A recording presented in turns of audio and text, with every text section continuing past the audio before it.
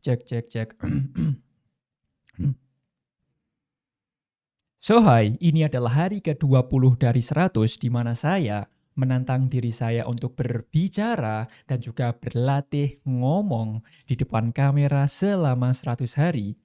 Dan ini juga latihan untuk berbicara pelan, karena saya ingin mengubah cara bicara saya yang dulunya sangat cepat, belibet, nggak jelas, nggak ekspresif, nggak ada jedanya, menjadi cara omongan baru yang lebih pelan, ekspresif, tangannya aktif, dan juga menggunakan jeda. Dan di latihan hari ke-20 ini, saya akan menggunakan metode yang sama. Metodenya adalah membaca buku, membuka mulut yang lebar, dan juga membaca dengan volume yang tinggi. Kalau kamu belum tahu apa sih manfaat dari latihan ini, saya akan menjelaskan secara singkat. Yang pertama, ketika kita baca buku, kita akan mendapatkan wawasan dan juga ilmu yang banyak. Dan komunikasi itu kan metode untuk mengubah isi pikiran menjadi omongan. Kalau isi pikiran kita banyak, materi di otak banyak, itu juga akan mempermudah kita untuk berbicara. Maka dari itu, cobalah untuk memperbanyak baca buku agar kamu mendapatkan ilmu yang banyak atau materi yang banyak untuk bisa ngomong lebih lancar. Dan benefit kedua adalah ketika kita baca buku dengan metode overdoing atau membaca dengan membuka mulut yang lebar, kita bisa melatih otot di sekitar mulut kita. Dan ketika otot ini kuat, kita bisa ngomong lebih lancar dan juga lebih lama. Nilai plusnya adalah kita bisa memperjelas artikulasi yang kita ucapkan. Dan benefit ketiga, ketika kita baca buku dengan volume yang tinggi, bukan baca buku dalam hati, tapi dengan volume yang tinggi, secara tidak langsung kita kan juga latihan berbicara. Saya hidup dengan satu prinsip, yaitu semua bisa karena terbiasa. Jadi kalau kamu ingin pede, ingin jago, ingin mahir dalam berbicara, mau tidak mau, kita harus terus berlatih, kita harus terbiasa berbicara, hingga akhirnya kita bisa lancar, pede, dan juga jago. So, mari kita mulai latihannya, dan buku yang saya baca kali ini, judulnya adalah Bicara Itu Ada Seninya, buku yang sangat relate dengan skill yang ingin saya baca. Saya akan membuka buku ini secara random dan mari kita lihat apa yang kita pelajari pagi hari ini. Dan by the way, saya rekam video ini pukul 1:04 karena saya nggak bisa tidur dan saya juga nunggu waktu sahur. So, mari kita mulai latihannya.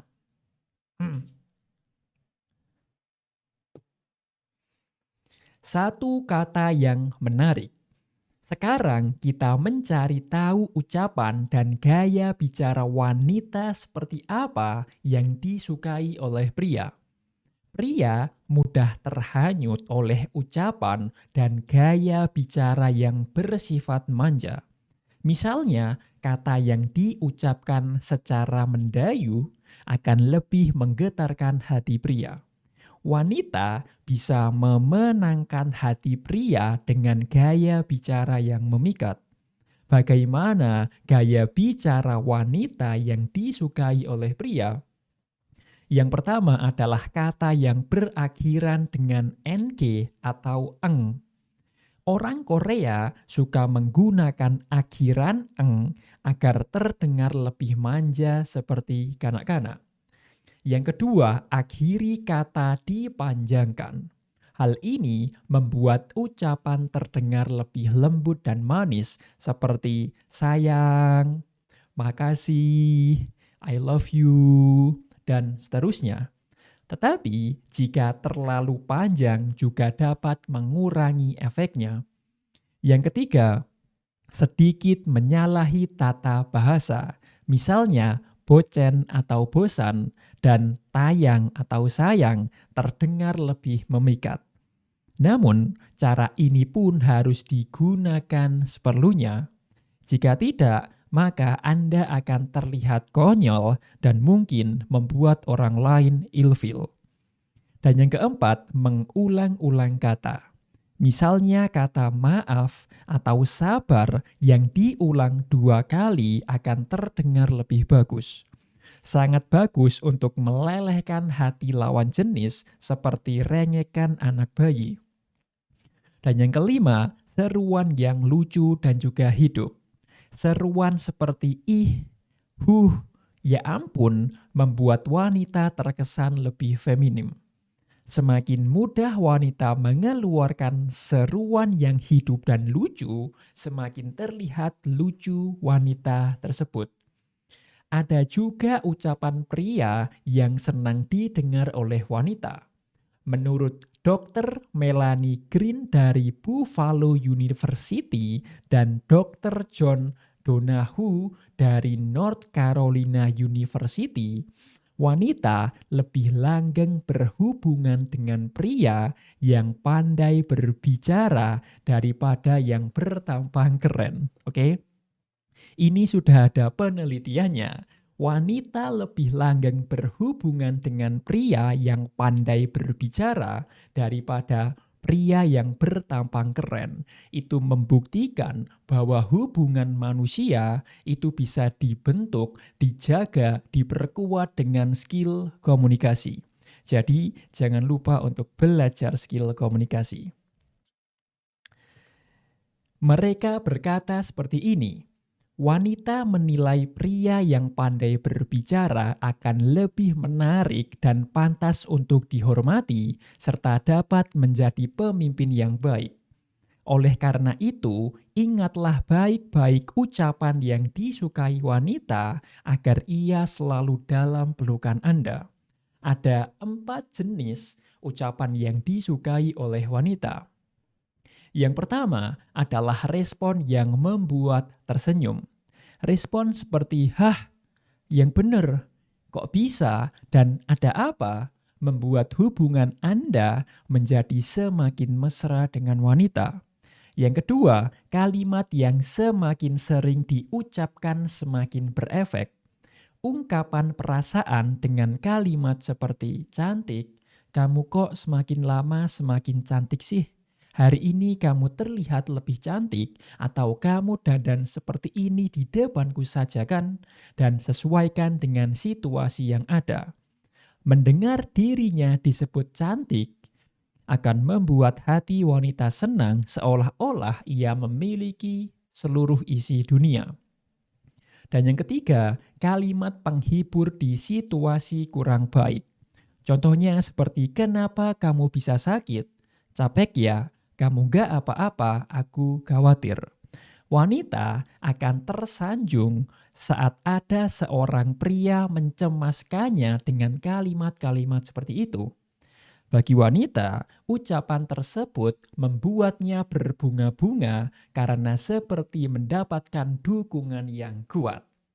Oke, barusan saya belajar bukti bahwa komunikasi adalah skill yang sangat penting.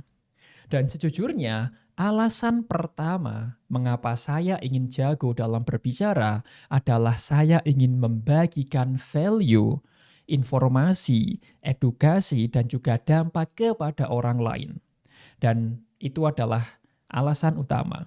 Tetapi hari ini, setelah saya baca buku ini, menurut penelitian, ini diungkapkan bahwa wanita akan lebih langgeng ketika wanita berhubungan dengan pria yang jago dalam berbicara. Itu adalah bukti bahwa komunikasi adalah hal yang sangat penting untuk menjalin hubungan.